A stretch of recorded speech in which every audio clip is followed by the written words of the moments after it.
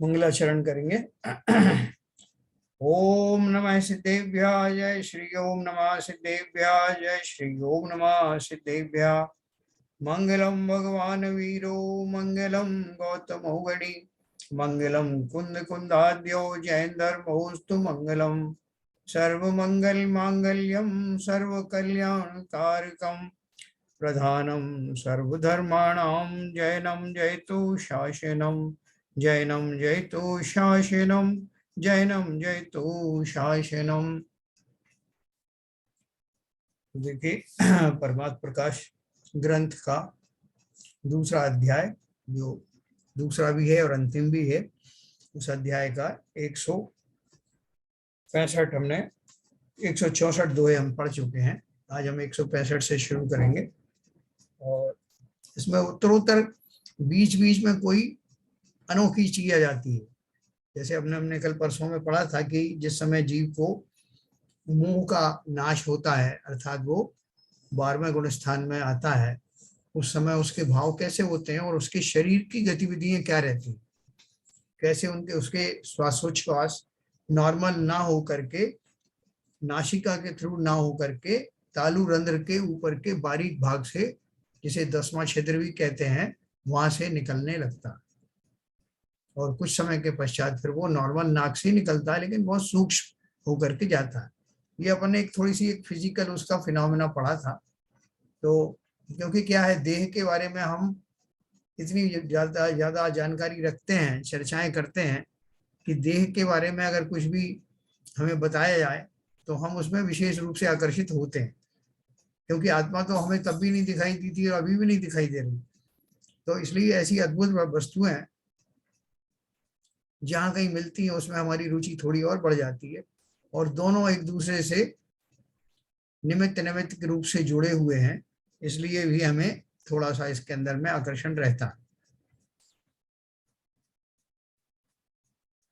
अभी बात चल रही थी हमारी जब प्रवचन जब शुरू होने से पहले आरपीएन साहब से और शैलन जी से, कि वो ज्ञानार्णव नाम का जो ग्रंथ है जिसका मैंने जिक्र किया था, उसमें ये प्राणायाम का एक चैप्टर है, वो विशेष रूप से दिया है। उसमें कैसे वायु साधना की जाती है। जो हठ योगी होते हैं वो तो साधना करते हैं, और जो नैसर्गिक रूप से ध्यान करने जाते हैं उनको जो स्वाभाविक रूप से ये पवन साधना अपने आप ही हो जाती है। वो मैं आपको जब कभी अपन पढ़ेंगे इसके पश्चात, अगर सबकी इच्छा हुई तो इसके तुरंत बाद, इस ग्रंथ के समाप्ति के बाद पढ़ेंगे अपन। और उसमें और भी चीजें हैं कि जब ध्यान लगाते हैं तो उसमें आसन, जिस आसन पर बैठा जाता है उसको सिद्ध किया जाता है। आसन जय के नाम से एक चैप्टर है, उसमें मन को रोकने का के तरीके वो सब उसमें हैं दिए हुए। तो एक अद्भुत ग्रंथ है, आचार्य शुभ सुंदराचार्य द्वारा लिखित है। तो अपन उसको भी, उसका भी रसपान करेंगे। तो अभी मैं आपको फिलहाल जो है परमात्म प्रकाश का जो अपना 165 नंबर का दुआ है मैं लेके चलता हूँ।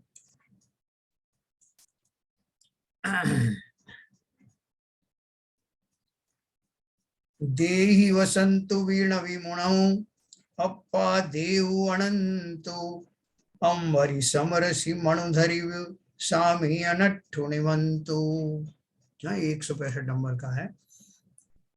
तो क्या बोल रहे हैं इसमें देखिए आगे। फिर भी शिष्य प्रश्न करता है, हे स्वामी, व्यवहार न कर देह में रहता हुआ भी आराधने योग्य आत्मा अनंत गुणों का आधार मैंने अज्ञानता से नहीं जाना।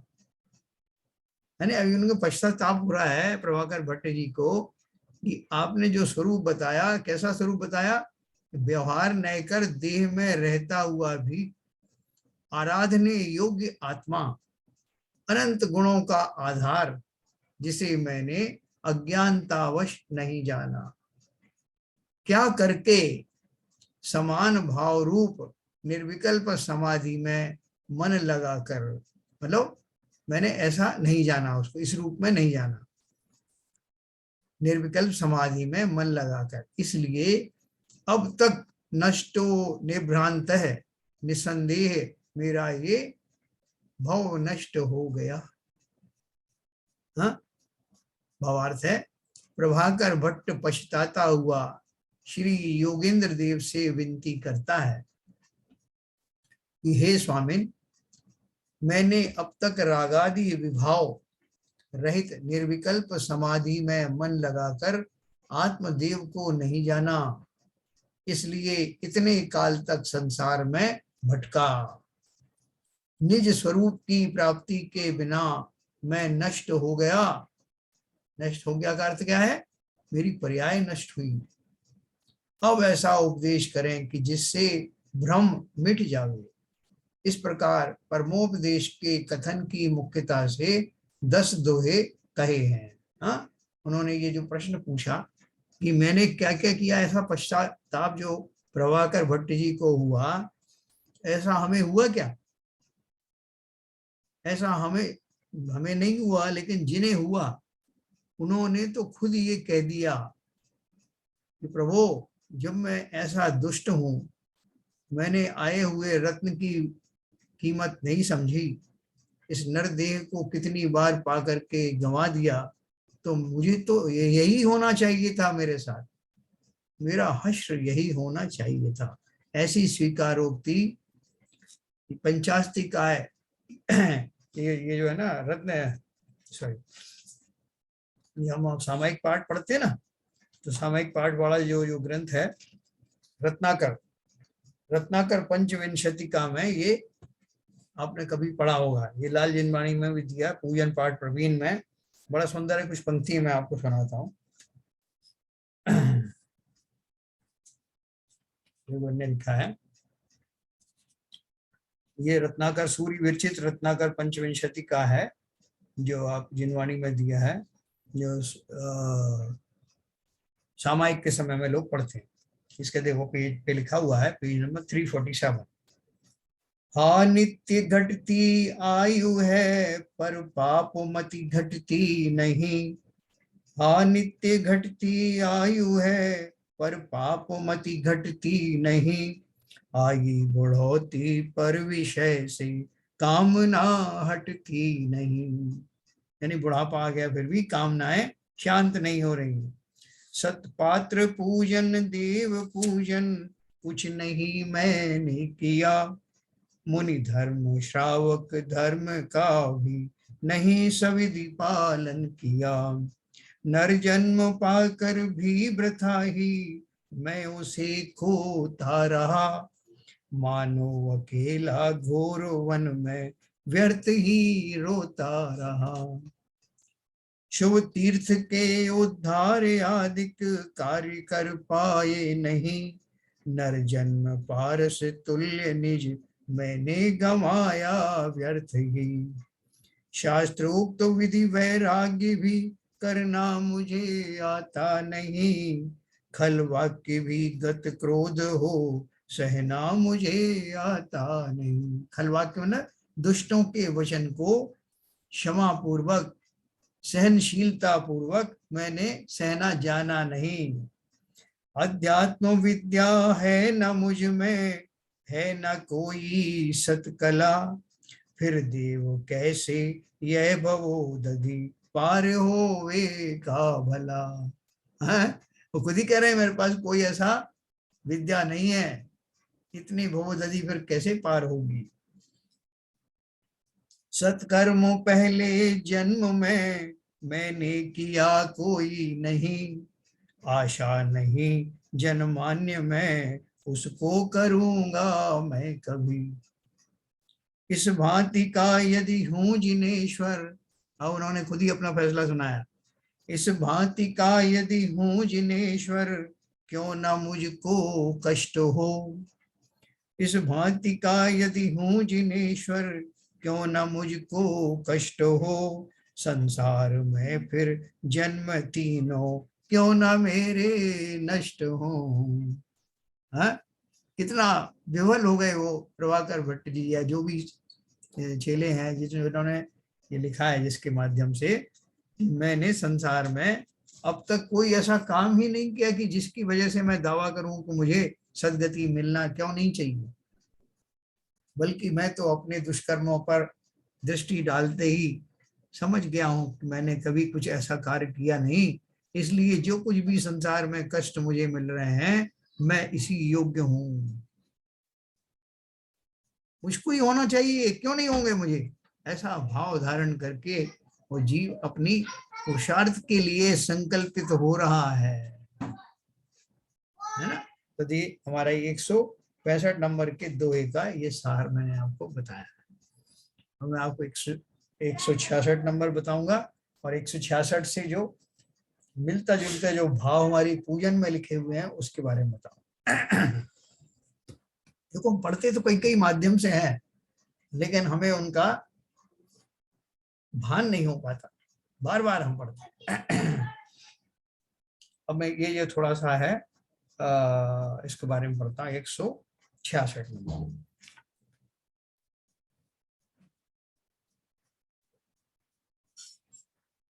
सयल विसंगण मिलिया नवि क्यूब समभाव शिव पय मग्गुवि मुनि उणवी जही जो ही अनुराव। अनुराव माने अनुराग। घोरणु घोरुण चिन्नऊ तव चरणु जमनीय बोहाय सारु पुण्य भी पाओ भी दड्डुड़वी किमिछे जई संसारु। ऐसे 66 और 167 है। एक बड़ा दोहा है। मैं एक काम करूंगा, आपको अभी अनम्यूट करूंगा, बीच में आपको कुछ अगर समझ में ना आए पूछ सकते हैं।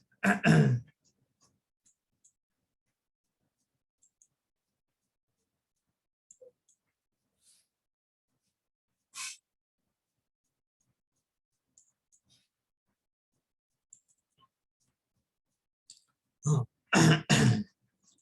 आगे परमोपदेश भाव सहित सब परिग्रह का त्याग करने से संसार का विच्छेद होता है, ऐसा दो दोहों में निश्चय करते हैं। क्या बोल रहे हैं? परमोपदेश भाव सहित सब परिग्रह का त्याग करने से संसार का विच्छेद होता है, ऐसा दोनों दोहों में निश्चय करते हैं। सब परिग्रह भी नहीं छोड़े, समभाव भी नहीं किया, और जहाँ योगीश्वरों का प्रेम है ऐसा मोक्ष पद भी नहीं जाना, महादुर्धर तप नहीं किया। जो मैंने अभी आपको सुनाया, जो कि आत्मज्ञान कर शोभायमान है, पुण्यमपि पापमपि, और पुण्य तथा पाप ये दोनों नहीं भस्म किए तो संसार कैसे छूट सकता है। देखो ऐसी अनुपम बात जो है, पुण्य पाप के, पुण्य के बारे में तो सारी दुनिया जानती है कि वो, पाप के बारे में तो सारी दुनिया जानती है कि पाप तो पाप ही है। बुरे भावों के को पाप भाव या अशुभ भाव कहते हैं, और उसका परिणाम निश्चित ही बुरा होता है, सारी दुनिया जानती है। लेकिन पुण्य भी पाप की तरह ही संसार में रुलाने वाला है, इसलिए मुझे मोक्ष मार्ग में जाने के लिए उसकी आवश्यकता नहीं, वो मेरे लिए वांछनीय नहीं है, मेरे लिए उपादेय नहीं है। ऐसा भाव बहुत कम ग्रंथों में आपको मिलेगा, और इसलिए ज्यादातर लोग इस बात को जान नहीं पाए। चर्चाएं जब होती हैं तो वो साधारण ग्रंथों की होती हैं, और उनमें वो पाप और पुण्य के हिसाब से ही बताया जाता है। यहाँ तक तो मुक्ति की बात भी पूरी पाप और पुण्य में आकर के समेट दी जाती है। लेकिन जो हमने और उत्कृष्ट ग्रंथ हैं, आगे के ग्रंथ हैं, एडवांस ग्रंथ हैं जो अपन पढ़ रहे हैं, जैसे इन सब में भली भांति बताया है। अभी देखो किसी ने मुझसे कहा कि गीता के लिए, मैंने आपको प्रश्न बताया था, गीता के कुछ वो बहुत सारे शिष्य हैं पूरे वर्ल्ड ओवर, तो उसमें उन्होंने, किसी ने मुझे एक लिंक भेजी थी कि आप सुनिए साहब, उसमें उन्होंने स्वर्गों के बारे में बताया कि स्वर्ग प्राप्त करना तो बहुत आसान है, स्वर्ग तो कोई भी प्राप्त कर सकता है, क्योंकि जो कुछ पुण्य आदि जो मिलते हैं उनसे स्वर्ग की प्राप्ति हो जाती है। और स्वर्ग और कुछ नहीं, उन्होंने क्या एग्जांपल दिया था कि जैसे हमें कोई ने एक क्रेडिट कार्ड दे दिया कि आप जो है इसमें पैसा है, इस क्रेडिट कार्ड के अंदर आप जाइए किसी 5 स्टार होटल में 5-10 दिन आप रह करके आराम से आइए, आपको कोई पूछेगा नहीं। और 5 दिन खत्म हुए तो बोले वो होटल वाला ही जो है दुत्कारने लगा, साहब कब चेकआउट करोगे। उसी प्रकार से उन्होंने सिमली दी थी, उसी प्रकार से ये स्वर्ग आदि के सुख क्या है, ये कुछ दिन के लिए आपके क्रेडिट में कुछ डाल दिया गया, वो अपन वो भोग के वापस आ गए, वो that is not the end of the world. संसार में रोकना पड़ेगा। उन्होंने बोला कि मोक्ष की अगर बात करते हो तो वहां तक ना तो लोग जाना चाहते हैं, ना मोक्ष का स्वरूप लोगों को पता है। ये किसकी बात बता रहा हूँ, गीता नाम भगवत गीता का जो उपदेश वर्ल्ड ओवर चल रहा है लोगों को। क्योंकि क्या है कि वो सारे जो जितने भी दर्शन है वो सब ऑफशूट ही हैं जैन धर्म के। उनमें से जितना उनके पास रह गया उतना वो बखान कर देते हैं। दूसरे धर्मों में तो और भी बुरी हालत है, वहां तो जो है वो जन्नत और जहन्नुम के अलावा कुछ जानते नहीं। तो अभी देखो अपन जो कुछ पढ़ रहे हैं इसमें पुण्य और पाप को, उसको उस अपेक्षा से पढ़ना। पुण्य बांधना, पुण्य में फंसे रहना, पुण्य के लिए जो है सब क्रियाओं में घुसे रहना है, दूसरों को जो है वो प्रवृत्तियां कार्य ना कर, क्रियाएं ना करने देना और स्वयं करना, ये सब इसलिए होता है कि लोगों को सच्चे धर्म का ज्ञान है ही नहीं। कि मैं प्रक्षालन कर दूं, 3 बार कर दूं, कपड़े से पहुंच दूं तो मुझे ज्यादा पुण्य मिल जाएगा, मेरे कलश से किसी ने हाथ लगा दिया तो मेरा पुण्य बढ़ जाएगा। ये इस तरह की जो धारणाएं हैं वो इसी के कारण से बनी है। क्योंकि पुण्य को ना तो पुण्य का सही स्वरूप जानते हैं, पुण्य कैसे बंधता है ये भी नहीं जानते, उत्कृष्ट पुण्य क्या होता है ये भी हमें पता नहीं है।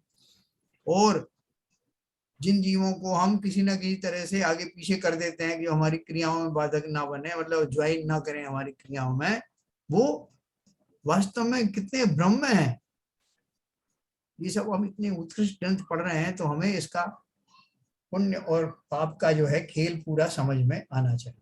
तो देखो क्या लिखा उन्होंने, पुण्य तथा पाप ये दोनों नहीं भस्म किए तो संसार कैसे छूट सकता है। मिथ्यात्व भावार्थ में दिया है, मिथ्यात्व अतत्व श्रद्धान। मिथ्यात्व का अर्थ क्या दिया, अतत्व श्रद्धान, राग यानी प्रीति भाव, दोष यानी बैर भाव, वेद यानी स्त्री पुरुष नपुंसक, 3 तरह के वेद है ना,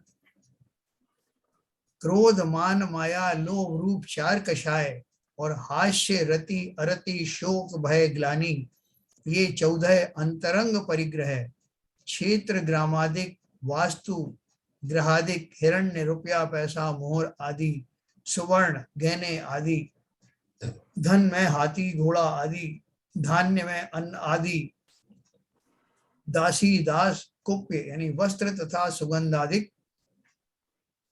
भांड बर्तन आदि, ये 10 तरह के बाह्य परिग्रह। इस प्रकार बाह्य अभ्यंतर परिग्रह के 24 भेद हुए, इनको नहीं छोड़ा।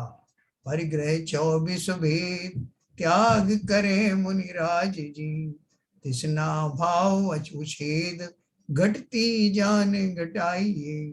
10 लक्षण पूजन रटने लायक है। जीवित मरण सुख दुख लाभ अलाभ आदि में समान भाव कभी नहीं किया। हाँ,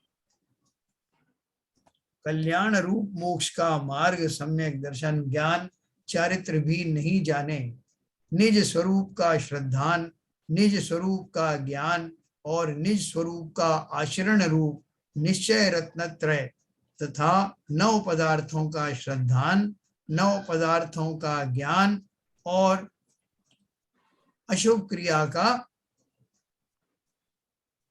त्याग रूप व्यवहार रत्नत्रय, ये दोनों ही मोक्ष के मार्ग हैं। दोनों ही मतलब निश्चय और व्यवहार।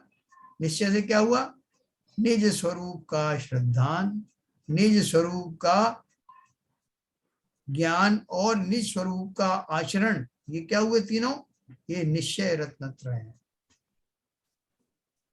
क्यों है निश्चय? क्योंकि ये मेरे अंदर बैठे हुए हैं। निज की बात आ गई ना, निज स्वरूप का श्रद्धान। जहां निज आ गया वहां निश्चय है।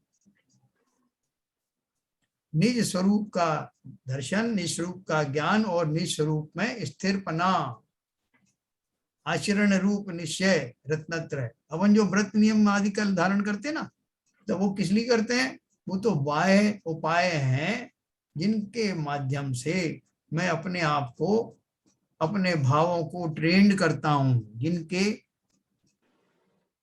सानिध्य में मैं अपने भावों को इतना ट्रेन करता हूं कि वो स्वयं में आकर स्थिर हो जाएं। ये है निश्चय चारित्र। इसकी प्राप्ति का ये सारा खेल है। तो ये तो हो गया निश्चय। और व्यवहार से क्या है? व्यवहार से नव पदार्थों का श्रद्धान, नव पदार्थों का ज्ञान और अशुभ क्रिया का त्याग रूप व्यवहार रत्नत्रय है ना। नौ पदार्थ कौन से हैं? सात तत्व और पुण्य और पाप मिलाकर के नौ पदार्थ। हाँ, जीव अजीव, आश्रव बंध, आश्रव बंध, संवर, निर्जरा और मोक्ष, और पुण्य और पाप, अशुभ क्रिया का त्याग रूप व्यवहार रत्नत्रय। ये दोनों ही मोक्ष के मार्ग हैं। इन दोनों में से निश्चय रत्नत्रय तो साक्षात मोक्ष का मार्ग है। हाँ,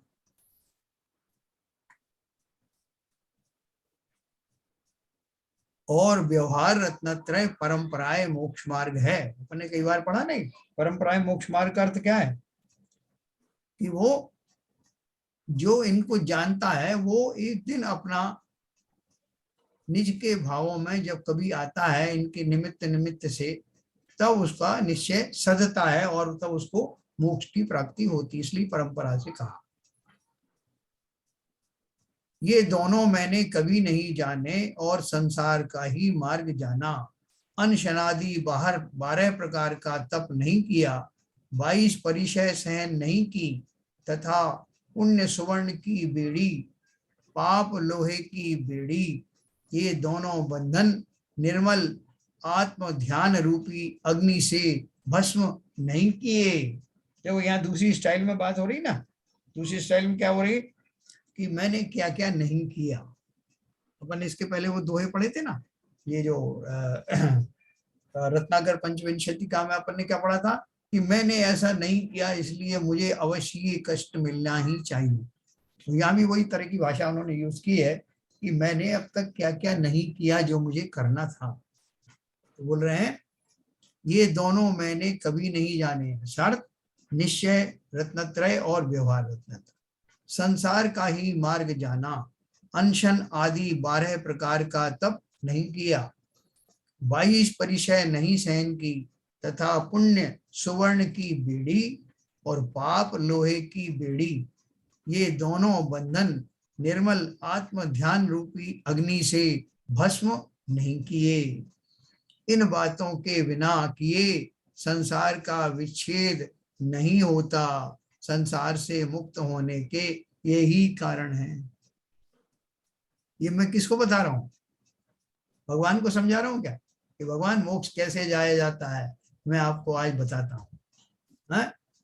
या मैं अपनी आत्मकथा कह रहा हूं कि प्रभु, ये जानने के बाद भी, शास्त्रों में मैंने कभी ना कभी पढ़ा, लोगों से सुना भी है, ये जानने के बाद भी मैंने ये नहीं किया।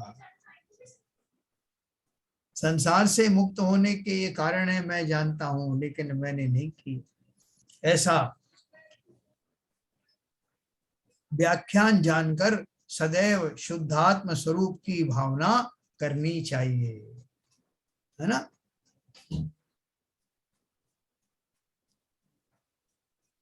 एक दो और पढ़ते हैं फिर अपन डिस्कस करेंगे आगे। दान, पूजा और पंच परमेष्ठी की वंदना आदि परंपरा मुक्ति का कारण जो श्रावक धर्म उसे कहते हैं। दुआ पढ़ दीजिए सर 168।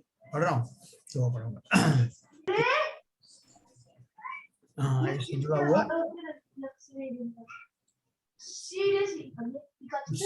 अपना म्यूट कर लीजिए भाई, कौन बोल रहा है?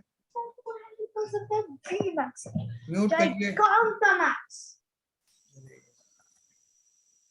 साहब आप म्यूट कर दीजिए सब।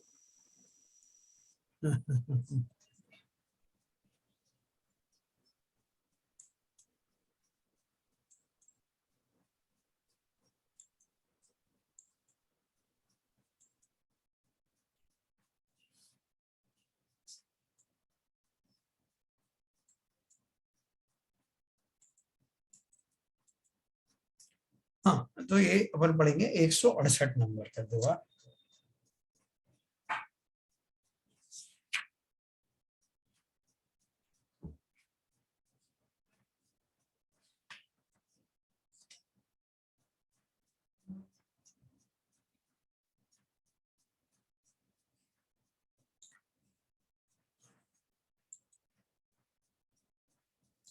दानु न दिन्नौ मुनिवर है, न विपूज्यौ जिणनाऊ, पंचण बंदिये परम गुरु, कि मुहो सही शिवलाऊ। शिवलाऊ माने शिवलाभ, यानी मोक्ष का लाभ। तो क्या बोल रहे हैं आगे? दान, पूजा और पंच परमेष्ठी की वंदना आदि परंपरा मुक्ति का कारण जो श्रावक धर्म उसे कहते हैं, उसके बारे में बता रहे हैं। श्रावक धर्म आहार आदि दान, मुनीश्वर आदि पात्रों को नहीं दिया, जिनेन्द्र भगवान को भी नहीं पूजा, अरहंत आदि पंच परमेष्ठी भी नहीं पूजे, तब मोक्ष की प्राप्ति कैसे हो सकती है? ये कितनी बड़ी बात है कि मैं खुद ही अपना कारण समझ लूं कि मैं क्यों दुखी हूं। मैंने क्या नहीं किया, ये मुझे मालूम है, ये साधन है, उनमें से एक भी नहीं किया, पूरी चेकलिस्ट में देख लिया, not done not done not done. भावार्थ है आहार, औषध, शास्त्र और अभय दान, ये 4 प्रकार के दान भक्ति पूर्वक पात्रों को नहीं दिए, अर्थात निश्चय व्यवहार रत्नत्रय के आराधक जो यति अधिक 4 प्रकार संग उनको 4 प्रकार का दान भक्ति कर नहीं दिया, और भूखे जीवों को करुणा भाव से दान नहीं दिया। यानी करुणा भाव भी जरूरी है ना। अपन तो बोलते हैं कि जो जो धार्मिक पुरुष होते हैं उनको करुणा तो सहज में ही आती है। गुणी जनों को देख हृदय में मेरे प्रेम उमड़ आए, है ना, और करुणा का भी आया है उसमें। तो करुणा भाव से दान नहीं दिया। इंद्र, नागेंद्र, नरेंद्र आदि कर पूज्य, केवल ज्ञान आदि अनंत गुणों कर पूर्ण, जिन नाथ की पूजा नहीं की। बोले साहब क्या बात कर रहे हैं, पूजा नहीं? कितने तो भाव निकल गए जब से पूजा करता आ रहा हूँ, और इस भाव में भी जरा मौका मिलता है तो मैं पूजन करने बैठ जाता हूँ। पहले 2-3 करता हूँ, आप कहोगे तो 5-6 कर लूंगा, लेकिन आप ये मत कहो कि मैंने पूजन नहीं की। वो बोल रहे हैं कि जैसे पूजन करनी चाहिए वैसी पूजन आज तक की नहीं।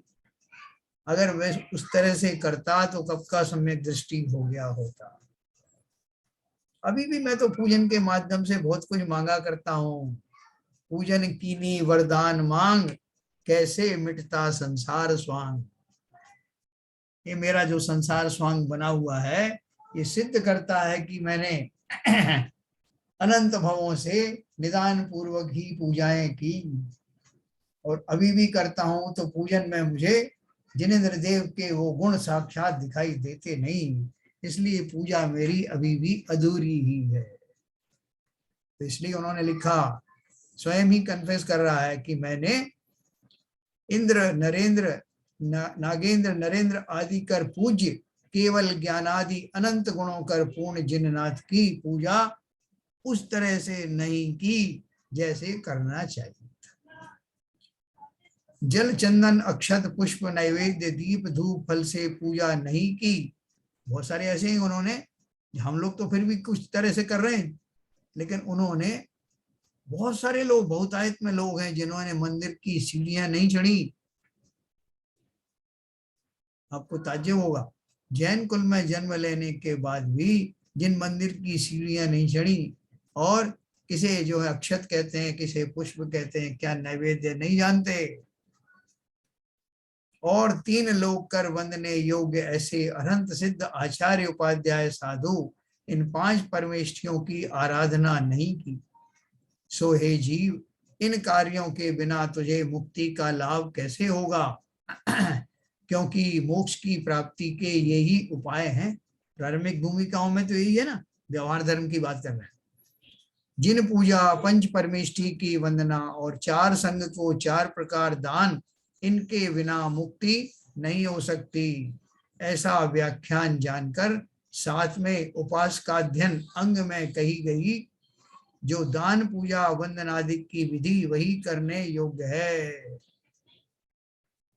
शुभ विधि से न्याय कर उपार्जन किया अच्छा द्रव्य वह दातार के अच्छे गुणों को धारण कर विधि से पात्र को देना। देखो, जो अपनी द्वादशांग वाणी है ना, तो द्वादशांग वाणी में से जो अंग है, 12 अंग जो है, उनमें से 7वें नंबर का जो अंग है, उसमें ये एक उसकी कैटेगरी है उपासकाध्ययन। उसमें विस्तार से उपासना कैसे की जाती है इसका वर्णन दिया हुआ है। अभी तो वो लोप हो गया उन ग्रंथों का, तो दशांग वाणी के वो अंग तो अभी है ही नहीं ना, उनके 12वें अंग के जो पूर्व है 14 पूर्व, वो भी नहीं है। लेकिन ये जरूर मालूम है कि कौन सा मैटर किस वाले अंग में दिया गया। तो वो उन्होंने बताया ऐसा व्याख्यान। कौन सा व्याख्यान? जिन पूजा, पंच परमेष्ठी की वंदना, 4 संघ को दान आदि, ऐसा व्याख्यान जानकर 7वें उपासकाध्ययन अंग में कही गई जो दान, पूजा, वंदन आदि की विधि वही करने योग्य है। अब चूंकि वो ग्रंथ मूल अवेलेबल नहीं है, इसलिए लोगों ने अपनी अपनी अपनी समझ के अनुसार पूजन की पद्धति बना ली, अपनी अपनी समझ से उनमें ऊपर के बाएं आडंबर जोड़ दिए। उस दिन अपन बात कर रहे थे ना कि वो ठोने के ऊपर स्थापना कर रहे हैं, सामने प्रतिमा बैठी है उसके बाद। तो क्यों हो गया ऐसा? क्योंकि हमें वो भली भांति पता नहीं है कि वो विधि क्या है। लोगों ने जो चला दिया उसको चला। जैसे वो एक पूजन आती है अनादि काल से, स्वामी जल जल से सुचिता को माना वाली है ना, तो उसमें कहीं एक मैं शब्द जो है मिसिंग है, तो सब उसके बिना ही पढ़ते हैं उसको। कोई कोई किताब में वो मैं छपा नहीं है, तो उसको बिना मैं की पढ़ते हैं, शायद ऐसा ही होगा। उसमें जरा विवेक नहीं लगाएंगे कि हो सकता है मिसप्रिंट है, छूट गया हो। यहाँ तक कि वो जो दशलक्षण की पूजन में वो उन्होंने जो प्रिंट किया था वहां से, जो हमारी नित्य पूजन है, उसमें लिखा ना पंचेंद्रिय मन वश करो की जगह पे मां हट गया था तो आ गया था पंचेंद्रिय ना वश करो। तो इतना विवेक तो हमें लगाना है ना, कि नहीं साहब जो सामने आ गया हम तो वही पढ़ेंगे चाहे वो भले मिसप्रिंट हो। तो इसलिए उन्होंने कहा कि भले ही वो अंग नहीं बची हो जिसमें इतना गूढ़ता से दिया था, लेकिन जो कुछ हमें मिला है उसमें अपना विवेक तो उपयोग करो ना। और विवेक के लिए हमने ये सब पढ़ा है कि किस शब्द का अर्थ क्या है, कौन सा शब्द कहाँ आना चाहिए, अपने आप समझ में आता। शुभ विधि से न्याय कर उपार्जन किया अच्छा द्रव्य वह दातार के अच्छे गुणों को धारण कर विधि से पात्र को देना। दान किस धन से खरीदे हुए सामग्री से मुनिराज को आहार देना। मुनिराज की बात करी गई है कि न्याय से कमाए हुए धन से खरीदी हुई सामग्री से ही उनको आहार दान देना। ये तो हमें मोटा मोटा बताया, वास्तव में तो हम श्रावकों को अपने घरों में अपनी किचन तक लाने वाले सामान की खरीद में ये सुनिश्चित करना पड़ेगा कि वो धन अन्याय अनीति से कमाया हुआ तो नहीं है। ऐसा शुद्ध धन से कमाया हुआ शुद्ध अन्नादिक ही अपने किचन में लाना। नहीं लाओगे तो क्या होगा? वो जो खोटे संस्कार हैं वो हम में तो बने रहेंगे ही, हमारे बच्चों में, हमारे परिवारजनों में भी वो खोटे संस्कार अवश्य ही उभर कर आएंगे। कहते ना, जैसे खाओगे अन्न वैसा होगा मन। इसलिए बहुत सावधान रहना। अगर ऊपर से पैसा वैसा लेने के भाव भी आए तो इतना नियम जरूर ले लेना कि इस धन से मैं कोई दान नहीं करूंगा, इस धन से मैं किचन के लिए कोई सामान नहीं लूंगा। ये दो नियम पाल के देखो, पूरा जीवन बदल जाएगा। क्योंकि फिर आप इतने कॉशियस हो जाओगे कि कौन सा धन किसके लिए यूज करना है, तो उस विवेक के माध्यम से हमारे संस्कार ही खोटे पड़ने नहीं पाएंगे। तो देखो, शुभ विधि से न्याय कर उपार्जन किया अच्छा द्रव्य वह दातार के अच्छे गुणों को धारण कर विधि से पात्र को देना, जिन राज की पूजा करना और पंच परमेष्ठी की वंदना करना, ये ही व्यवहार नय कर कल्याण के उपाय है ना। ये व्यवहार नय का बताया। और एक मैं 169 और पढ़ता हूँ, फिर अपन डिस्कस करेंगे। 169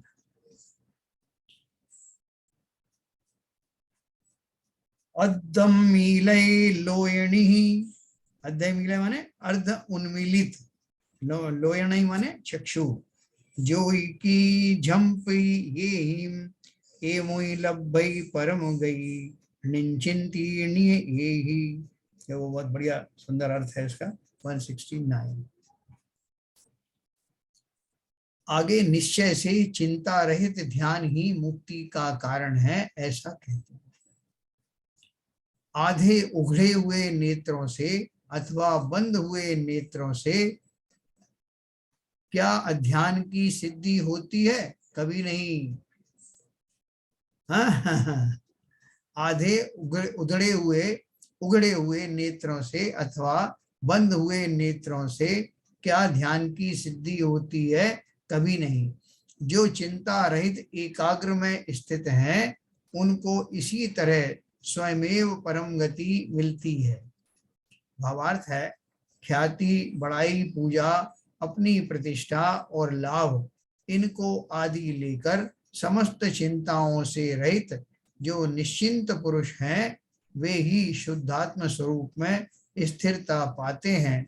उन्हीं के ध्यान की सिद्धि है और वे ही परम गति के पात्र हैं। लेकिन उन्होंने क्या बताया, क्योंकि आप इसको सुन करके आप कहोगे साहब कि वो तो भगवान के भी जो है अर्ध उन्मीलित नेत्र होते हैं, आधे खुले आधे बंद, और आप तो बोल रहे हैं कि उससे कुछ नहीं होता। तो वो ये क्या कह रहे हैं कि मतलब उन क्रिया मात्र से कुछ नहीं होता। जैसे आप आंखें खोल के बैठ गए या बंद करके बैठ गए, जब तक अंदर के भाव वैसे नहीं आएंगे। क्या लिखा है ना उन्होंने, ख्याति, बड़ाई, पूजा और लाभ, इनको लेकर आदि लेकर समस्त चिंताओं से रहित जो निश्चिंत पुरुष हैं, वे ही शुद्धात्म स्वरूप में स्थिरता पाते हैं। उन्हीं के ध्यान की सिद्धि है। बाहर से आगे खोलने बंद होने से कुछ नहीं है। और वे ही परम गति के पात्र हैं। वो भी दशा होती है, तो अर्धोन्मीलित नेत्र जो है धारण होते हैं, लेकिन उसके अंदर में भाव हो ना, तब तो वो कार्य सिद्ध होगा। तो देखो, इस प्रकार से इन्होंने 169 जो है बताया हमको।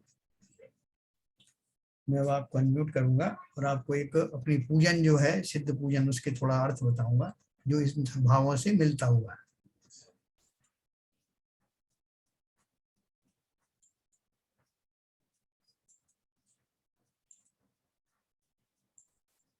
हाँ, कुछ पूछना होगा पूछिए अब तक।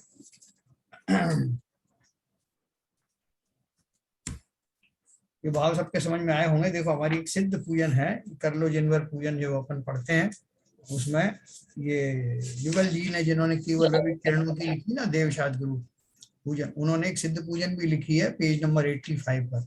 निज वज्र पौरुष से प्रभु अंतर कलुष सब हर लिए। पता नहीं आप लोग करते हैं कि नहीं इसमें। जल प्रदेश प्रदेश में हाँ। इसकी जो जयमाला है बहुत अद्भुत है। तो देखो, जयमाला में जो लिखा है उन्होंने, उसके मैं कुछ लाइन आपको पढ़ के सुनाऊंगा, क्योंकि ये जो दोहे आए हैं उसमें थोड़ा कवर है। उसमें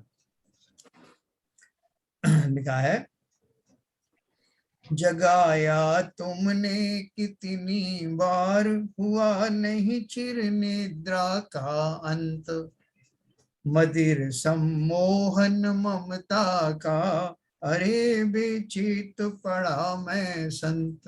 कितनी बार जगाया आपने प्रभु, लेकिन मैं बेचेत पड़ा रहा। घोर तम छाया चारों ओर, नहीं निज सत्ता की पहचान। निखिल जड़ता दिखती सप्राण, चेतना अपने से अनजान। है ना, देखो ये उन्होंने अपना जो जो निश्चय धर्म है, मेरे भाव कैसे चल रहे हैं, क्या मेरे अंदर कमियां, इसका खाका खींचा है। तो थोड़ा सा आप जरा धैर्य से सुनना। घोर तम छाया चारों ओर, नहीं निज सत्ता की पहचान। निखिल जड़ता दिखती सप्राण, चेतना अपने से अनजान। चेतना के बारे में मैं जानता नहीं, और जड़ के बारे में तो बहुत कुछ जानता रहता हूँ। ज्ञान की प्रतिपल उठे तरंग, झांकता उसमें आत्म राम। ये ज्ञान कहाँ से आ रहा है? आत्मा से, जो अंदर ही झांक रहा है। ज्ञान की प्रतिपल उठे तरंग, झांकता उसमें आत्म राम। अरे आबाल सभी गोपाल, सुलभ सबको चिन्मय अभिराम। ये ऐसा आत्मरूपी रत्न किसको प्राप्त नहीं है? जीवों की बात करें तो हमको, बच्चों को, बूढ़ों को, जवानों को, सबको मिला हुआ है ये चिन्मय रत्न। लेकिन क्या प्रॉब्लम हो रही है? किंतु पर सत्ता में प्रतिबद्ध, कीर मरकट सी गहल अनंत। अरे पाकर खोया भगवान, न देखा मैंने कभी वसंत। इतनी पर्यायों में मैं मिला, मैं तो रहता हर पर्याय में हूँ, लेकिन ऐसी पर्यायें भी मुझे मिली जिनमें मैं इनको इसको भली भांति अनुभव कर सका। लेकिन फिर भी मेरी नींद इतनी गहरी थी कि मैं, जैसे कहा ना, कीर मरकट सी, यानी तोता और बंदर जैसी मेरी स्थिति थी। वो गहल का अर्थ क्या है? जो नशे के बाद में होता है ना, जो नशा छा जाता है। उस गहल में इतना गहरा था कि मुझे कभी अपना भगवान जो सत्ताएं पार, कितनी मैंने वो पर्याय पाई, उनमें कितनी बार खो दिया, इसका भी मुझे पता नहीं। नहीं देखा निज शाश्वत देव, रही क्षणिका पर्याय की प्रीत। क्षम्य हो कैसे ये अपराध, प्रकृति की यही सनातन रीति। देखो ये कंक्लूजन क्या मैं आपको लाना चाहता हूँ। वो ये कह रहे हैं कि मैंने क्या गलती कर दी जिसकी मुझे सजाएं मिल रही हैं। तो उन्होंने बोला कि मैंने अपने आप को पहचाना नहीं, किसी पर्याय में देखा नहीं, मुझे इतनी बार जगाया, मैंने उनका जो है कुछ कॉग्निजेंस लिया नहीं। तो इसलिए बोले, नहीं देखा निज शाश्वत देव, रही क्षणिका पर्याय की प्रीत। क्षम्य कैसे हो ये अपराध, प्रकृति की यही सनातन रीति।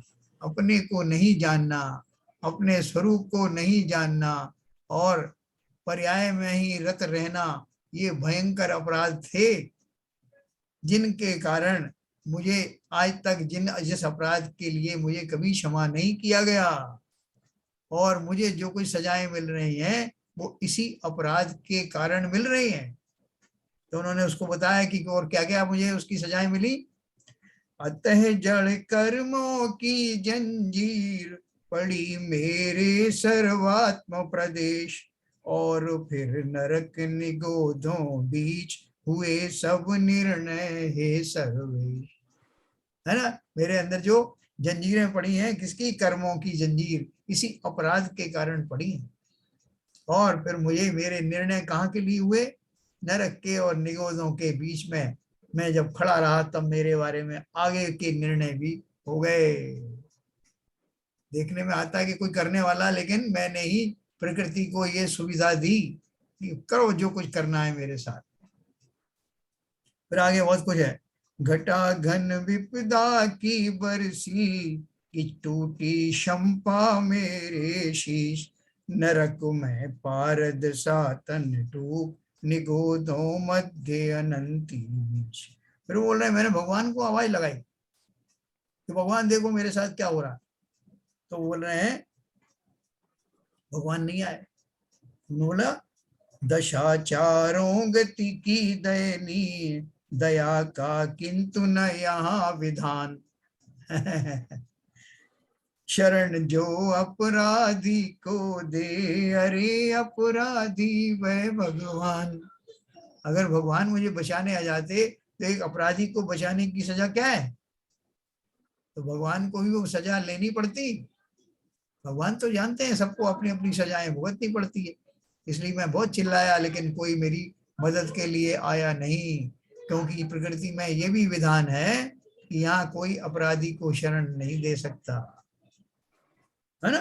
तो फिर उन्होंने ये इसके इसी तरह से इसको अंत किया, शरण जो अपराधी को दे, अरे अपराधी वह।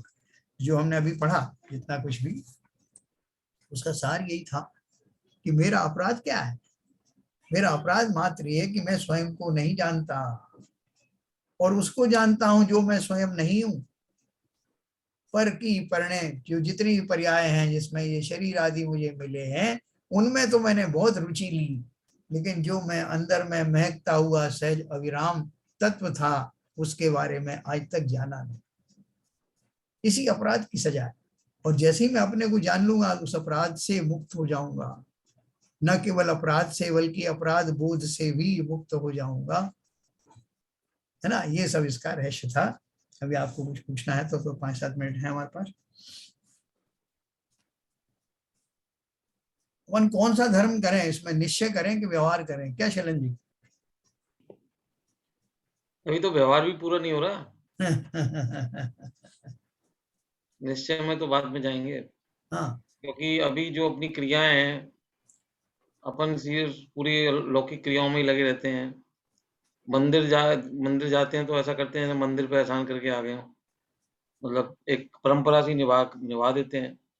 और वास्तव में देखा जाए तो जैसे आप लोग जैसे कर रहे हैं अभी, जो आप लोग लगे हैं, तो पूरा समय का सदुपयोग कर रहे हैं, पूजा भी कर रहे हैं, मन से कर रहे हैं। तो वास्तव में ये जो सबसे अच्छा समय अभी निकल रहा है, मतलब उसमें थोड़ा सा मतलब फर्क पड़ गया है।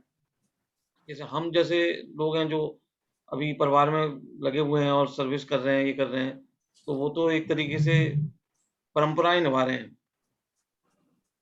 बाकी निश्चय की तो बात बहुत दूर है अभी। देखो शैलन जी, एक तो आपकी जो भूमिका वाले जो लोग हैं उनमें सब इतना जो है रुचि पूर्वक इतना स्वाध्याय नहीं करते जैसा आप कर रहे हो। इस भूमिका में तो लोग सोचते हैं कि अभी तो हमारे खाने कमाने के दिन है, अभी कौन से हम रिटायर हुए। रिटायर होगा जब सोचेंगे। लेकिन ये आपका बहुत पूर्व पुण्य का उदय समझिए कि आपको अभी इसी खाने कमाने वाली आयु में ही इसका चस्का लग गया। नहीं साहब, उसमें एक चीज और है। जी शैलेंद्र जी जो कह रहे हैं उसमें एक चीज कहना चाहूंगा। हाँ शैलेंद्र जी, आपने कहा कि आप लोग अभी जो भक्ति भाव से उसको वितरागी के गुण गा के समझ के पूजा कर रहे हैं, वो बात एक अपनी जगह है। मगर आज की आप जैसी परिस्थिति में अगर आप मंदिर के दर्शन भी करने जाते हैं और अगर इन भावों से दर्शन करते हैं तो वो भी काफी बड़ी उपलब्धि है। ऐसा मत सोचिए कि आप कुछ नहीं कर पा रहे। देखिए, जिन धर्म के आचरण करने का अगर पहली भी सीढ़ी हम कर रहे हैं तो एक सही रास्ता है जो मैं समझ पाया। तो जब तक पहली सीढ़ी पर नहीं चलेंगे तो दूसरी कैसे आएगी? तो ये सोचना कि वो हम कुछ नहीं कर रहे हैं, ये अपने को हीन भावना नहीं लानी। क्या आरपीएन साहब क्या कर रहे हैं? अपन दोनों में से कुछ कर रहे हैं? अनम्यूट करिए। अनम्यूट करिए सर। नहीं, मुझे तो आलोचना पाठ याद आ रहा है। जो कुछ भी आप बताया आप आज, ये आलोचना पाठ में पूरा यही का यही है। मैं कितना दुष्ट हूँ, हाँ मैं तो अपराधी। अपने जुर्म किए हैं अपने ऊपर, सभी जीवों के ऊपर। बिल्कुल सही है। तो वही मैं कर रहा हूँ और उसमें हिचकिटाहट नहीं है कहीं भी। हाँ आ रहा हूँ मैं।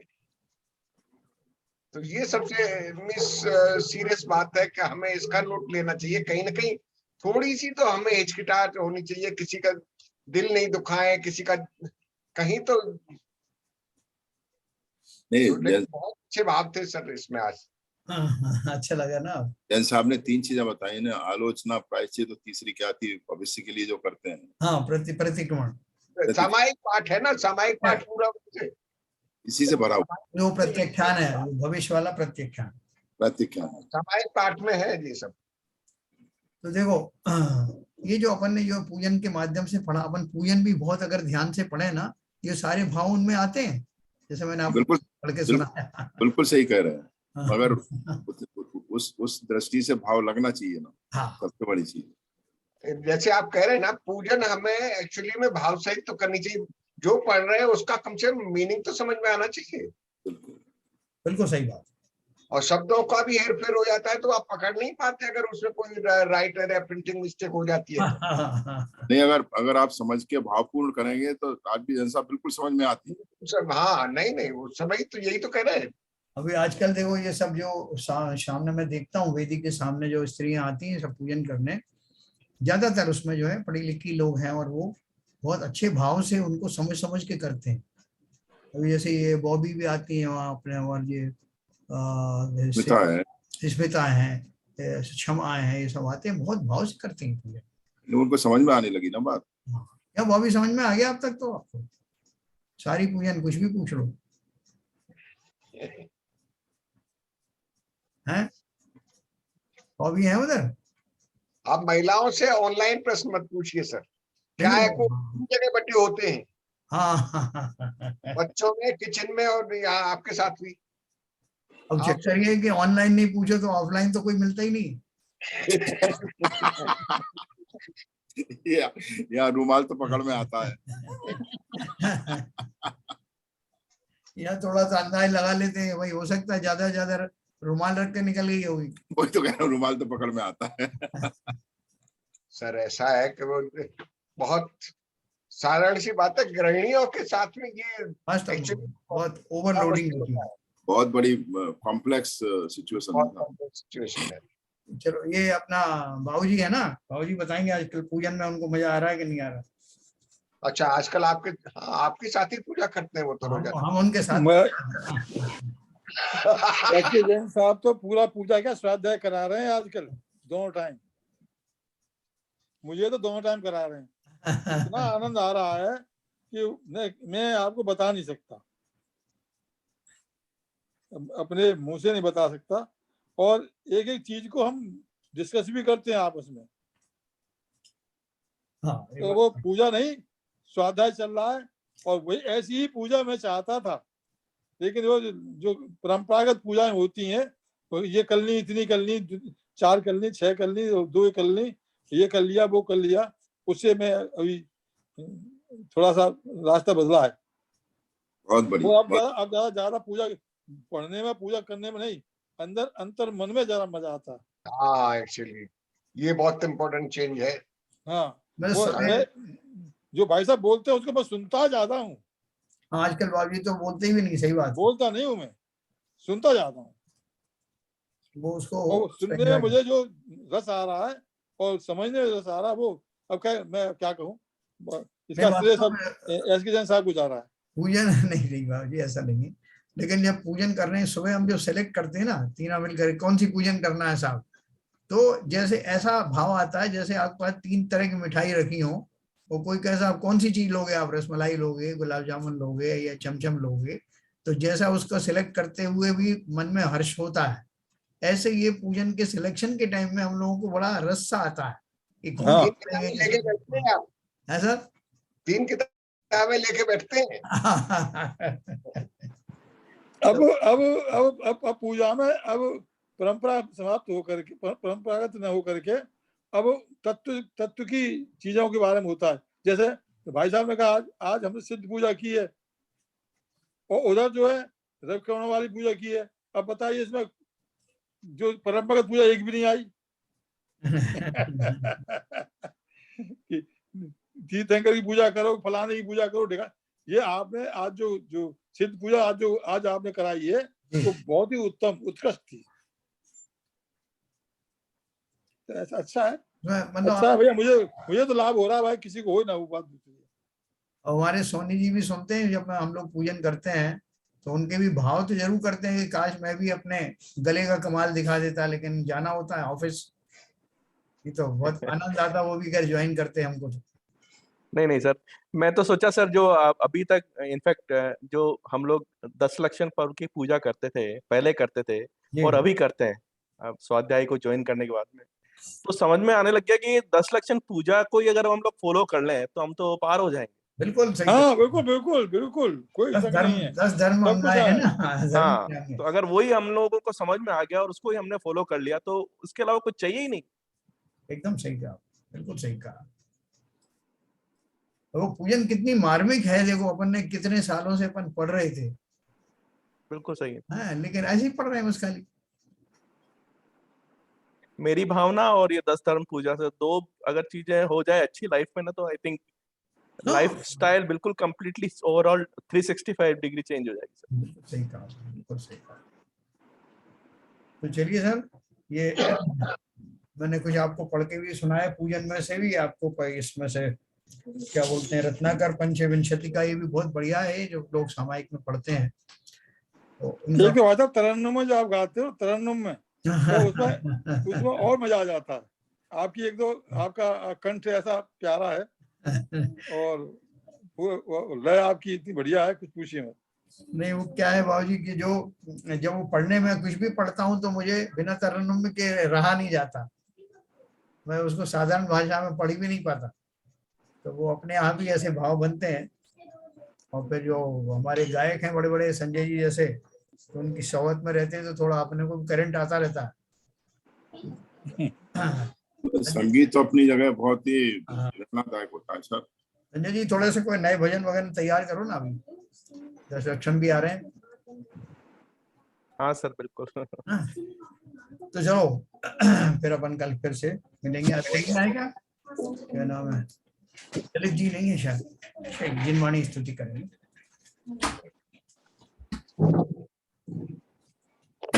तम नाश को ज्ञान के प्रकाश को, आपा पर भास को मनुषी बखानी है।